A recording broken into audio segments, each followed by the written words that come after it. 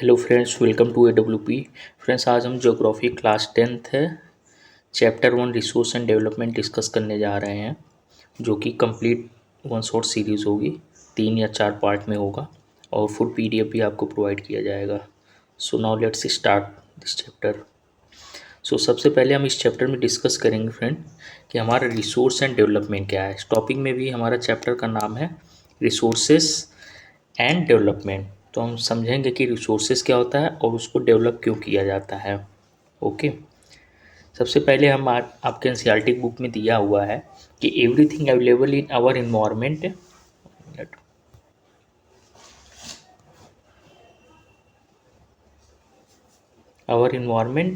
which can be used to satisfy our needs provides it is technologically accessible, economically feasible and culturally acceptable term है resource. मतलब resources का मतलब क्या है कि जो हमारे इन्वायरमेंट में है वो सब हमारी नीड्स के अकॉर्डिंग, जो हमारी नीड्स को सेटिस्फाई करे, और उसको हम कैसे प्रोवाइड कर सकते हैं आपको, जो टेक्नोलॉजिकली एक्सेसिबल हो। मतलब कोई भी हमारा रिसोर्स है उसको हम टेक्नोलॉजी के थ्रू हम एक्सेस कर सकें, इकोनॉमिकली फिजिबल हो, कि हाँ ऐसा ना हो कि हमारा इनपुट बहुत ज़्यादा है, आउटपुट कम मिल रहा है। मतलब हमने इसमें कॉस्ट बेनिफिट रेशियो की बात कर रहा है कि हम बहुत ज़्यादा मनी इन्वेस्ट कर रहे हैं बट हमको आउटपुट बहुत कम मिल रहा है। ओके, और कल्चरली एक्सेप्टेबल हो। मतलब सपोज जैसे ट्राइबल एरिया वगैरह में आप देखते हैं कि वहाँ पे माइनिंग हो रहा है और वहाँ पे कोई मिनरल वगैरह मिल रहे हैं, तो वहाँ के जो क्या नाम है लोकल पीपल हैं उनको उनकी लाइफ इफेक्ट ना हो और उनका कल्चर डिस्ट्रॉय ना हो। तो इस वजह से ये 3 पॉइंट अगर आपके एग्ज़ाम में आए तो आप इस डायग्राम को ज़रूर बनाइए। क्या है? टेक्नोलॉजिकल एक्सेसिबल हो, इकोनॉमिकली फिजिबल हो और कल्चरली एक्सेप्टेबल हो। तो वो हमारा उसको हम एज अ टर्म रिसोर्सेज कहते हैं। इसी को क्यों बोलना है ये 3 टर्म? क्योंकि रिसोर्सेज तो हमारा सब कुछ है, जितने भी नेचर और अर्थ में हमारे जो कुछ भी पाया जाता है वो एज अ रिसोर्सेज ही होता है। बट क्या हम उस सब को रिसोर्स को यूज़ कर सकते हैं? नहीं यूज़ कर सकते हैं। हम उसी को यूज़ कर सकते हैं जो ये 3 टर्म के लिए सेटिस्फाई हो, इकोनॉमिकली, कल्चरली और technologically. Okay, I hope you will understand my point. So next topic पे हम है आपके एनसीईआरटी बुक में interdependent relationship between nature, technology and institution. मतलब जो हमारा नेचर में सब कुछ दिया हुआ है, इन्वायरमेंट में क्या है, नेचुरल है। जो भी रिसोर्स है हमारे क्या है, नेचुरल है, जो हमारी नेचर देती है हमको। और टेक्नोलॉजी और इंस्टीट्यूशन, ये 3 पॉइंट्स के बीच में हमारा हम लोग हैं, ह्यूमन बींग। ह्यूमन बींग क्या करता है? नेचर को यूज़ करता है। कैसे? With the help of technology, with the help of institution. Technology कहाँ पे हम पढ़ते हैं, कहाँ पे स्टडी करते हैं? इंस्टीट्यूशन में। IIT, IIM, medical college, forest institute वगैरह में क्या होता है? इंस्टीट्यूशन है। इसके बारे में हम लोग स्टडी करते हैं कि नेचर को कैसे जाने, नेचर के से हम कैसा आउटपुट लें जो हमारी ह्यूमन बींग की लाइफ को अच्छा करे। फिर हम टेक्नोलॉजी डेवलप करते हैं। फॉर एग्जांपल जैसे कोल माइनिंग वगैरह, नेचुरल गैस, CNG गैस हम लोग यूज करते हैं कहाँ पे? कार वगैरह में, और डेली लाइफ में LPG। तो ये सब हम क्या है, एक्सट्रैक्ट करते हैं नेचर से। नेचुरल गैसेस हमारी पाई जाती हैं कहाँ पे? कोस्टल एरियाज जो है, नॉर्थ ईस्टर्न रीजन, असम वगैरह में, और मुंबई हाई रीजन में, आपके ये तमिलनाडु चेन्नई वाले रीजन में। तो यहाँ पे नेचुरल गैस पाए जाते हैं। जैसे वो आप एक PSU जाते हैं, ONGC, oil natural gas corporation. इसका काम क्या है? जितने भी नेचुरल गैस हैं जो हमारे अर्थ में, इसको एक्सट्रैक्ट करता है, फिर हमारी डेली लाइफ में यूज होता है। फिर हम आपके घरों में और ऑटोमोबाइल सेक्टर वगैरह में जो गैस, CNG गैस वगैरह, कार वगैरह चलती है, और डेली लाइफ LPG वगैरह सिलेंडर जो घरों में प्रोवाइड किया जाता है। ओके, तो ये ह्यूमन बींग के प्रोस्पेक्टिव से क्या है कि हमारा ये तीनों जो टर्म है हमारे एक दूसरे से इंटरकनेक्टेड है, नेचर, इंस्टीट्यूशन, टेक्नोलॉजी। ओके, फिर नेक्स्ट टॉपिक है हमारा what we are going to study in this chapter. Oh sorry, ये तो हमको पहले ही डिस्कस करना था। कोई नहीं, यहाँ पे हम डिस्कस कर लेते हैं। ये स्लाइड पीछे आ गई थी। क्या है? सबसे पहले क्लासिफिकेशन ऑफ रिसोर्सेस हम देखेंगे, डेवलपमेंट ऑफ रिसोर्सेस देखेंगे, रिसोर्स प्लानिंग देखेंगे, land resources utilization, land use pattern in India के बारे में, land degradation and conservation measure के बारे में, सॉइल एज अ रिसोर्सेज, कौन कौन सी टाइप्स ऑफ सॉइल पढ़ेंगे, alluvial soil, black soil, red and yellow soil, laterite soil, arid soil, forest soil, soil erosion and soil conservation के बारे में देखेंगे। फिर आज हम डिस्कस करने जा रहे हैं हमारा classification of resources, types of resources on what is resources. Okay, फिर डेवलपमेंट ऑफ रिसोर्सेज एजेंडा 21, फिर रिसोर्स प्लानिंग हम सेकेंड लेक्चर में डिस्कस करेंगे। ये 3 टॉपिक हम आज कवर करेंगे। फिर क्या है, सबसे पहले क्लासिफिकेशन ऑफ रिसोर्सेज आपकी एनसीईआरटी बुक में दिया है। किस बेसिस पे दिया है? On the basis of origin, मतलब नेचर में जो ओरिजिन के बेसिस पे। 2 बेसिस हैं, आप छोटी क्लास में पढ़े होंगे, बायोटिक और एबायोटिक। बायोटिक क्या होते हैं? Obtain from biosphere and have life, जो लिविंग बींग्स होती हैं। ओके, जैसे प्लांट्स, एनिमल वगैरह। बायोस्फीयर आई होप जान रहे हैं। बायोस्फीयर के अंदर हमारे, सपोज ये बायोस्फीयर है, इसके अंदर हमारा wild life sanctuary, national park, wild life sanctuary, tiger reserve, ये सब आता है। मेजर पार्ट हमारे क्या है? Bio reserve. इंडिया में टोटल बायो रिजर्व कितने हैं? आई थिंक 18 है, डेटा करेक्ट कर लीजिएगा अगर may be 19, but I hope 18 है टोटल बायो रिजर्व। फिर क्या है, एबायोटिक क्या होते हैं? All those thing which are composed of non living things are called abiotic resources. मतलब जो नॉन लिविंग, की वर्ड क्या है आपका? जो नॉन लिविंग थिंग्स होते हैं वो एयर, वाटर एटसेट्रा। देखिए ये सब भी रिसोर्सेज ही है, एयर, वाटर, सॉयल, ये सब भी हमारे नेचुरल बट एबायोटिक में आते हैं। रिसोर्सेज सब हैं बट प्लांट्स भी हमारा नेचुरल रिसोर्स है, एनिमल्स भी रिसोर्सेज हैं, लेकिन इसको हम एयर, वाटर एज अ पढ़ाई करते हैं। फिर नेक्स्ट है हमारा on the basis of exhaustibility. Exhaustibility मतलब क्या होता है? इसकी टर्म को ध्यान रखिए कि जो हमारे नेचर में जो हमारा पाया जाती है एनर्जी, वो एग्जॉस्ट हो जाती है। कुछ हमारे रिसोर्सेस रिन्यू हो जाते हैं, मतलब वो ख़त्म नहीं होते हैं, और कुछ हमारे ख़त्म हो जाते हैं ज़्यादा, उसको हम रीयूज़ नहीं कर सकते हैं। तो एग्जॉस्टिबिलिटी के बेसिस पे हमारा कौन कौन सा है? सबसे पहले रिन्यूएबल है, फिर सेकंड है नॉन रिन्यूएबल। रिन्यूएबल में क्या होता है? The resources which can be renewed और produce by physical, chemical, mechanical process are known as renewable or replaceable resources.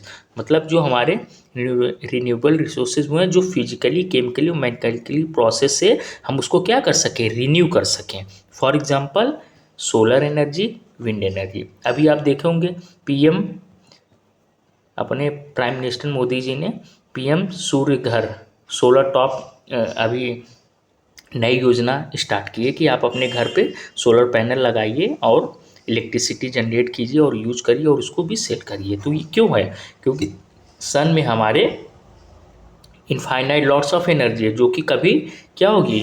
Exhaust नहीं होगी। तो वो जो सन की एनर्जी आ रही है उसको आप कन्वर्ट करिए लाइट एनर्जी में और डेली लाइफ में उसको यूज करिए, ताकि जो हमारी इंडिया में जो लाइट है, पावर प्रोडक्शन हो रहा है किसकी बेसिस पे? कोल और वाटर की बेसिस पे। तो कोल और वाटर वगैरह ये जो रिसोर्सेज हैं हमारे लिमिटेड हैं, इसको हम फिर से रिन्यू नहीं कर सकते। तो ताकि ये जो रिसोर्सेज हैं कोल, वाटर वगैरह, इसको हम बचा के रख सकें फ्यूचर जनरेशन के लिए। और विंड एनर्जी, विंड चलती है, हम ये पैनल टरबाइन लगा देते हैं। विंड पैनल कहाँ पे ये होते हैं सबसे ज़्यादा?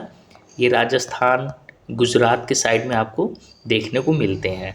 तो ये क्या करता है? मूव करता है और विंड से हमको एनर्जी प्रोड्यूस होता है, जो कि हम दूसरे फॉर्म में यूज करके उसका यूटिलाइजेशन कर सकते हैं। ओके, फिर आता है नॉन रिन्यूएबल। नॉन रिन्यूएबल क्या है? The resources take millions of year in their formation. Yes भाई, आपको छोटी क्लास में पढ़े होंगे क्या फ्यूल्स होते हैं, फॉसिल फ्यूल्स में क्या आता है अपना? कोल आता है, पेट्रोल आता है, नेचुरल गैस आते हैं, ये सब क्या मिलियंस ऑफ ईयर लगते हैं फॉर्मेशन में। फिर some of the resources like metal are recyclable and some like fossil fuels can not be recycle and get exhausted with their use. तो कुछ ये जो फॉसिल फ्यूल्स हैं हम इनको रिसाइकिल नहीं कर सकते हैं। आप देखते हैं पेट्रोल से हमारी क्या ऑटोमोबाइल चलती हैं, कार, बाइक वगैरह। जब पेट्रोल यूज़ हो जाता है 1 लीटर 2 लीटर, क्या हम उसको फिर से रिन्यू कर लेते हैं? नहीं। कोल को हम जला देते हैं, क्या फिर से उसको रिन्यू कर लेते हैं? नहीं। तो इसीलिए हम इसको नॉन रिन्यूएबल बोलते हैं। नेम से ही क्या, जो हम रिन्यू ना कर सकें, दोबारा फिर से यूज़ ना कर सकें, उसको हम नॉन रिन्यूएबल बोलते हैं। आई होप आपको ये टॉपिक समझ में आया होगा। फिर नेक्स्ट सी सेक्शन पे है on the basis of ownership पे। ओनरशिप का मतलब क्या है? आप एक चीज़ देखे होंगे कि प्राइवेट प्रॉपर्टी होती है, आप सुने होंगे, और एक पब्लिक होती है। पब्लिक का यहाँ मतलब है कि गवर्नमेंट की प्रॉपर्टी, और प्राइवेट मतलब इंडिविजुअल प्रॉपर्टी। ये क्या है, ओनरशिप है। मतलब जैसे हमारी आपकी प्रॉपर्टी कुछ है तो हम उसको प्राइवेट इंडिविजुअल रिसोर्सेज बोल देंगे कि जैसे ये हमारा हाउस है, ये हमारा प्लॉट है, ये हमारी लैंड है। लैंड तो नेचुरल है, लेकिन हम लोग उसको डिवाइड कर लेते हैं ना कि इसमें सेक्टर में डिवीजन कर लेते हैं, आपका इतना लैंड, इतना मेरा, इस तरह से। तो इसको हम इंडिविजुअल रिसोर्सेज बोल देते हैं। अब कम्युनिटी या पब्लिक के लिए रिसोर्सेज क्या बोलते हैं, there are resources which are accessible to all the member of community. मतलब जो ऐसे रिसोर्सेज जो सभी मेंबर, जो कम्युनिटी हमारी सोसाइटी में लोग हैं, सभी के लिए एक्सेसिबल है। कैसे, for example burial ground, picnic spot, public park. यह होता है ना नेचुरल, नेशनल पार्क है, चिड़ियाघर, ये सब क्या होते हैं जो गवर्नमेंट के पार्क वगैरह बनाए रहते हैं, पब्लिक ये म्यूज़ियम वगैरह एक्सेट्रा। तो वहाँ पे आप जा सकते हैं, घूम सकते हैं, लेकिन हम वहाँ पे कुछ कंस्ट्रक्शन नहीं कर सकते हैं। क्यों? क्योंकि उस पर गवर्नमेंट का कंट्रोल है। फिर नेक्स्ट आता है on the basis of an ownership में थर्ड नेशनल रिसोर्सेज। इसमें क्या होता है, रिसोर्सेज बिलोंग टू नेशन। जो नेशन मतलब वही जो अपने कंट्री, जो गवर्नमेंट के पूरे रिसोर्स। जैसे आप देखते होंगे आर्मी कैंट होता है, रेलवे होते हैं, रेलवे के लैंड, रेलवे ट्रैक, तो वो सब क्या हुआ, नेशनल रिसोर्सेज हो गए। Okay, but for understanding resources coming under the territory of country known as national resource. For example जैसे all mineral and water resource, ये सब क्या है, नेशनल रिसोर्स। अभी कहीं भी आप माइनिंग करिए, मिनरल वगैरह को एक्सट्रैक्ट करिए, आप वहाँ से उसका मिसयूज़ नहीं कर सकते जहाँ पे गवर्नमेंट का वो रहता है पूरा। हम और आप अगर आपके गांव या आपके टाउन में कोई मिनरल मिलता है तो आप ये नहीं कहेंगे कि ये हमारी लैंड में निकला, ये मिनरल मेरा है। नहीं, गवर्नमेंट को पता चलेगा, वो पूरा मिनरल रिसोर्सेज जो होंगे क्या करेगी, कैप्चर कर लेगी। हाँ, आपको उसका बेनिफिट वो देगी कि चलिए आप आपकी लैंड पे है, हम आपको इतना प्रॉफिट और इतना पैसा दे रहे हैं। बट आप मिनरल्स को पूरा अडॉप्ट नहीं कर सकते हैं। जैसे फॉरेस्ट हो गए, हिमालयन फॉरेस्ट, वेस्टर्न घाट, ईस्टर्न घाट, ये सब क्या हैं, ये नेशनल रिसोर्सेज हमारे।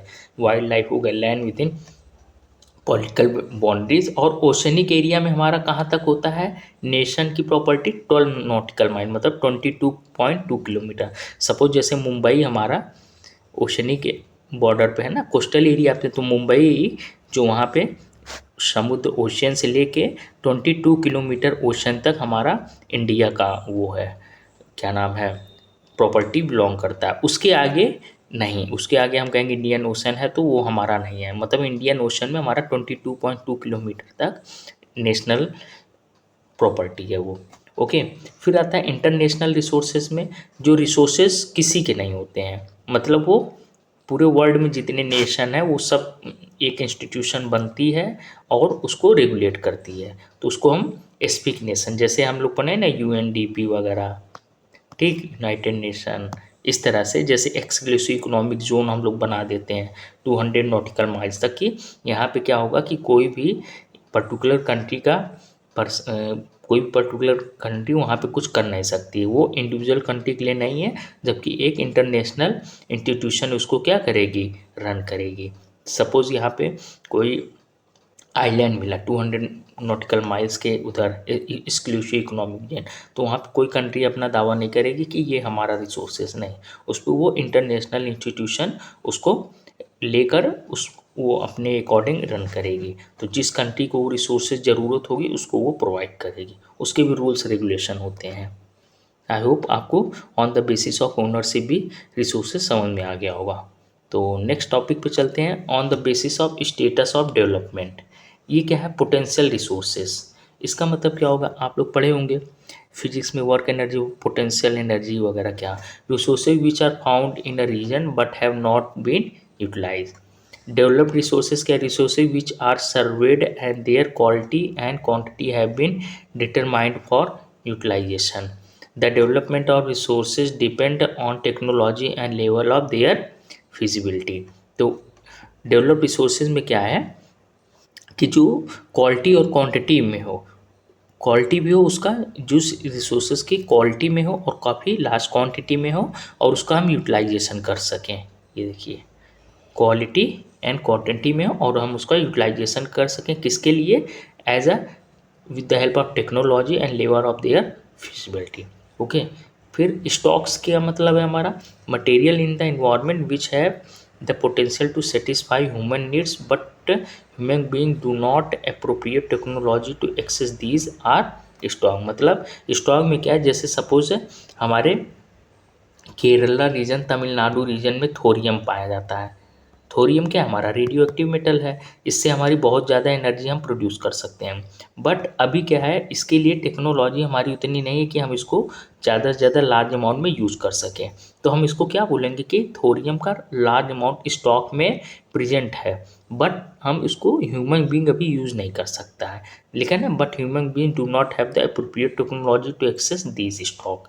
प्रेजेंट तो है हमारे अर्थ में, हमारे कंट्री में, बट हमारे पास वो टेक्नोलॉजी नहीं है हम उसको की यूज कर सकें। फिर आता है हमारा रिजर्व्स। रिजर्व्स क्या होते हैं, subset of stock which can be put into use with the help of existing technical know how but their use has not been started. मतलब हमको पता है कि सपोज एक्स मिनरल हमारे पास है, हमको पता है कि ये कहाँ पे है, कैसे हम इसको यूज़ कर सकते हैं, बट अभी हम स्टार्ट नहीं किए हैं यूज करना, तो हम इसको रिजर्व में रखे हुए हैं। होता ना घरों में कि हम रिजर्व में इतना फूड रखे हुए हैं, अभी हम इसका यूज नहीं कर रहे हैं, हमको पता है कि कब यूज करना है, कैसे यूज करना है, इस वजह से हम इसको रिजर्व कैटेगरी में डाल देते हैं। ओके, तो नेक्स्ट टॉपिक हमारा फ्रेंड्स है on the basis of status of development पे। ये आपके पोटेंशियल डेवलप स्टॉक रिजर्व में, ये आपका फ्लो चार्ट दिया हुआ है आपकी बुक में, आप इसको रीड आउट कर सकते हैं। फिर नेक्स्ट टॉपिक है development of resources. Development of resources हम पढ़ रहे हैं, तो इसका प्रॉब्लम्स क्या है, क्या कि डेवलपमेंट को, वो रिसोर्सेज को डेवलप करने के लिए, सपोज कोई हमारा रिसोर्सेज है कोल वगैरह, ओके, एल्यूमिनियम, नेचुरल गैस, अब हमको इसको एक्सेस करने के लिए, डेवलप करने के लिए प्रॉपर हमको डेवलप करना है कोल को, माइनिंग वगैरह करने के लिए क्या क्या हमारी प्रॉब्लम हो सकती हैं कि हम इसको एक ह्यूमन बीइंग के लिए, हमारे लिए यूटिलाइजेशन कर सकते हैं। देखिए, सबसे बड़ी प्रॉब्लम है depletion of resources for satisfying the greed of few individual. Simple सी बात है, सपोज जैसे कोल हमारा रीजन है कौन सा, झारखंड, छत्तीसगढ़, उड़ीसा। अगर ये देखिए इंडिया के 3 स्टेट में ही मेजर है और कर्नाटका में, ओके, अगर यहीं पे हो रहा है, अगर हम इसको लोकल पीपल के हाथ में दे देंगे तो लोग क्या होंगे, ग्रीडी हो जाएंगे, इसका मिसयूज़ बहुत करेंगे, बहुत ज़्यादा माइनिंग करेंगे मनमानी, क्यों, क्योंकि और कहीं हो नहीं रहा है कोल इंडिया में, फिर उसको इलीगल तरीके से बेचेंगे, तो ये रिसोर्सेज क्या होगा, धीरे धीरे ख़त्म हो जाएगा। सबसे बड़ा प्रॉब्लम ये है। फिर क्या है, accumulation of resources in few hand which in turn divided the society into two segment, have and have not. Yes, अगर सपोज जहाँ पे कोल वगैरह, कोल रिसोर्सेज हमारा पाया जाता है, अगर गवर्नमेंट इसको अपने हाथ में ना ले तो क्या होगा, फिर लोकल पीपल, प्राइवेट लोग इसको अपने हाथ में ले लेंगे, फिर क्या होगा, इन्हीं के हाथ में हमेशा हमारा कोल रहेगा, और कुछ लोग, यही लोग हमेशा इसका यूज़ करेंगे, बहुत ज़्यादा प्रॉपर्टी बनाएंगे, और कुछ लोगों के हाथ में आएगा नहीं, सिर्फ सिलेक्टेड लोगों के ही हाथ में ये हमारे रिसोर्सेज हमेशा पड़े रह जाएंगे। इसी वजह से इंडिया ने क्या बनाया, कोल इंडिया। आप सुनेंगे ये क्या है, पीएसयू है, क्या बनाया है, कोल इंडिया लिमिटेड, ताकि गवर्नमेंट इसको अपने हाथों से रन करती है, ताकि ये ना हो कि सिर्फ 1% लोगों के हाथ में पूरा की पूरी कोल माइनिंग हो और बाकी लोगों के हाथ में ना हो। तो ऐसे क्या होगा, पूरी की पूरी ये जो माइनिंग की प्रॉपर्टी है उन्हीं लोग रहेगा, उसको मिसयूज़ करेंगे और बहुत ज़्यादा इसका एक्सप्लॉयटेशन करेंगे। थर्ड प्रॉब्लम क्या है, indiscriminate exploitation of resources has lead the global ecological crisis such a global warming, ozone layer depletion. Yes, अगर कोल किसी के हाथ में बहुत ज़्यादा हो गया, जैसे यूरोपियन कंट्रीज़ के स्टार्टिंग में था, उन्होंने कोल का खूब यूज़ किया, और आज क्या बोलते हैं कि नहीं नहीं कोल का प्रोडक्शन कम करिए, कोल का यूज़ कम करिए, ग्लोबल वार्मिंग हो रहा है, ओजोन लेयर डिप्लीशन हो रहा है। भाई, आपने जब इंडस्ट्रियल रिवोल्यूशन आया था तो आप ही ने तो सबसे ज़्यादा वो किया था, मिसयूज़ किया था इसका, और आज आप डेवलप्ड हो गए, तो आज डेवलपिंग कंट्रीज़ को आप क्या बोल रहे हैं कि इसका यूज़ मत करिए, क्यों, क्योंकि इन लोग के पास टेक्नोलॉजी थी, यूरोपियन कंट्रीज़ जैसे ग्रेट ब्रिटेन वगैरह के पास, तो इन लोगों ने इसका मिसयूज़ खूब किया, और बाकी जो डेवलपिंग और जो कॉलोनियल कंट्रीज़ जहाँ पे अंग्रेज़ों ने, ब्रिटिशर्स ने कैप्चर करके रखा था, वो सब कंट्रीज़ क्या कर रहे थे, उन लोग यूज ही नहीं कर पा रहे थे, उनके पास टेक्नोलॉजी नहीं थी, तो इन लोग ने खूब मिसयूज़ किया और डेवलप्ड हो गए। और आज डेवलपिंग कंट्रीज़ यूज़ कर रहे हैं, तो ये लोग क्या बोल रहे हैं कि नहीं नहीं इसका यूज़ कम करिए। यस, यूज़ तो कम होना चाहिए, लेकिन ये पर्टिकुलर लोगों के ही हाथ में था। क्या था? कोल बेस्ड एग्जाम्पल है समझने के लिए। ये जो तीनों प्रॉब्लम आपके बुक में दिया है, आपके बुक एग्ज़ाम में सीधा सीधा आएगा कि सीधा ये आएगा कि मेजर प्रॉब्लम क्या क्या है डेवलपमेंट ऑफ रिसोर्सेज के। तो आप ये तीनों पॉइंट आप सीधा सीधा लिख देंगे, आपको अच्छे नंबर मिलेंगे। फिर यही जो प्रॉब्लम हो रही थी, इससे निकलने के लिए एक 1992 में रियो डी जेनेरियो, ये कहाँ पे, ब्राज़ील में एक समिट हुई वर्ल्ड लेवल की। वर्ल्ड के सभी कंट्रीज आए। क्यों? Sustainable existence, sustainable development is essential. मतलब सस्टेनेबल डेवलपमेंट का मतलब क्या है कि हमारा जो रिसोर्सेज है हम उसको ऐसे यूज करें ताकि आने वाली न्यू जनरेशन के लिए भी वो हमारा रिसोर्सेज बचा रहे, इसका ज़्यादा मिसयूज ना करें। जैसे कोल हो गया, वाटर वगैरह हो गया, नेचुरल गैस हो गई। तो 1992 में क्या हुआ, अर्थ समिट हुआ, तो उससे हमारा निकल के आया एजेंडा 21। एजेंडा 21 मतलब एक गाइडलाइन बना कि ये सभी कंट्रीज़ इसको फॉलो करेंगे।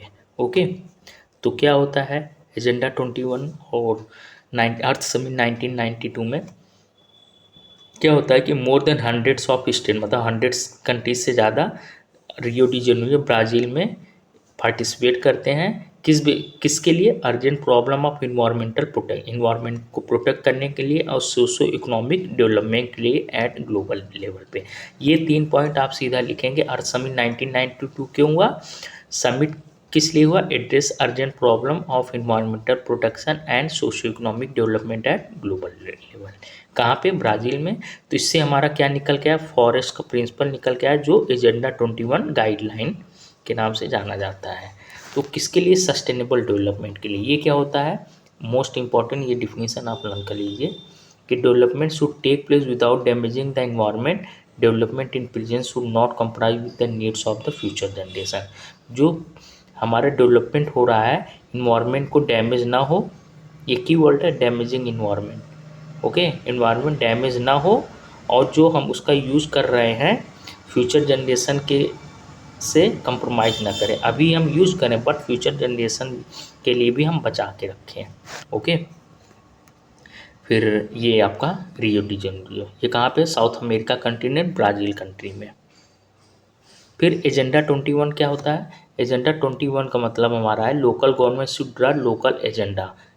लोकल एजेंडा ड्रा करने किस लिए? Common interest, mutual needs, share responsibility. कैसे? इन्वायरमेंटल डैमेज, पुअर्टी, डिजीज से, कि हम कोई भी रिसोर्स वगैरह यूज़ कर रहे हैं तो इन्वायरमेंट को डैमेज ना हो, एक मिनिमम लेवल यूज़ करें, ऐसा नहीं उसका हम एक्सप्लॉयटेशन करें।